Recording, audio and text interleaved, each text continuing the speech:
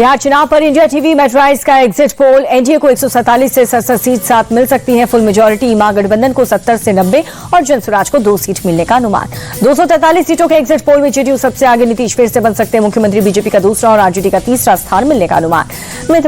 मिथिलांचल में एनडीए को बढ़त के आसार हैं। एग्जिट पोल के मुताबिक 71 में 50 से 55 सीटें एनडीए के खाते में, महागठबंधन को मिल सकती है 18 से 23 सीट।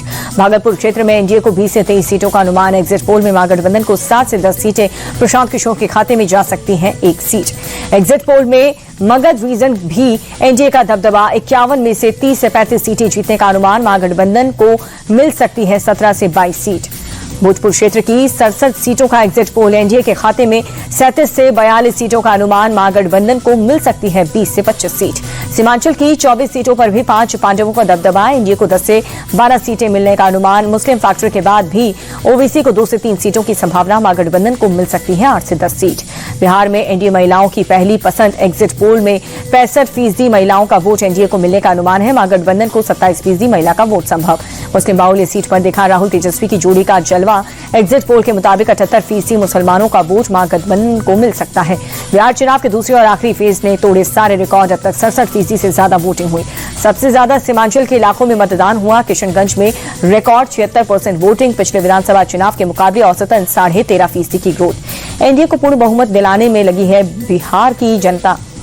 डिप्टी सीएम सम्राट चौधरी ने भरोसा जताया। धमाके के बाद कल पहली बार होगी कैबिनेट कमेटी ऑन सिक्योरिटी की बैठक। पीएम मोदी की अध्यक्षता में होगी मीटिंग।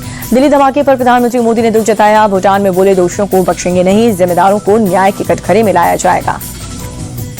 पीएम मोदी बोले, रात भर एजेंसियों के संपर्क में था, षड्यंत्रकारियों को बख्शा नहीं जाएगा। हमारी एजेंसियां षड्यंत्र की तह तक जाएगी।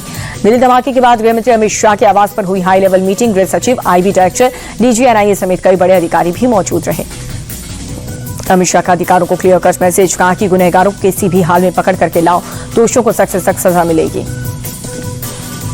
राष्ट्रपति द्रौपदी मुर्मू ने होम मिनिस्टर अमित शाह से बात की। ब्लास्ट केस की जांच का अपडेट लिया। धमाके की कड़ियां सुलझाने में लगी है जांच एजेंसी। एफएसएल ने क्राइम स्पॉट से 42 सैंपल कलेक्ट किए। i20 कार के टायर और चेसिस की भी जांच होगी।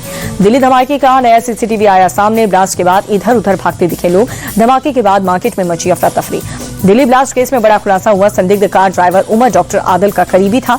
टेलीग्राम चैनल पर सक्रिय रेडिकल डॉक्टर ग्रुप से जुड़े थे दोनों। फरीदाबाद मॉड्यूल में आदिल की हुई थी गिरफ्तारी।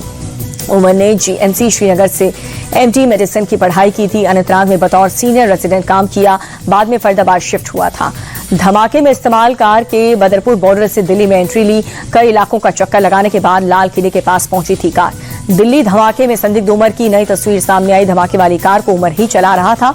फरीदाबाद टेरर मॉड्यूल का आतंकी है उमर। सूत्रों के मुताबिक डॉक्टर उमर करीब 3 घंटे तक पार्किंग में ही बैठा रहा, किसी के निर्देश का भी वेट कर रहा था।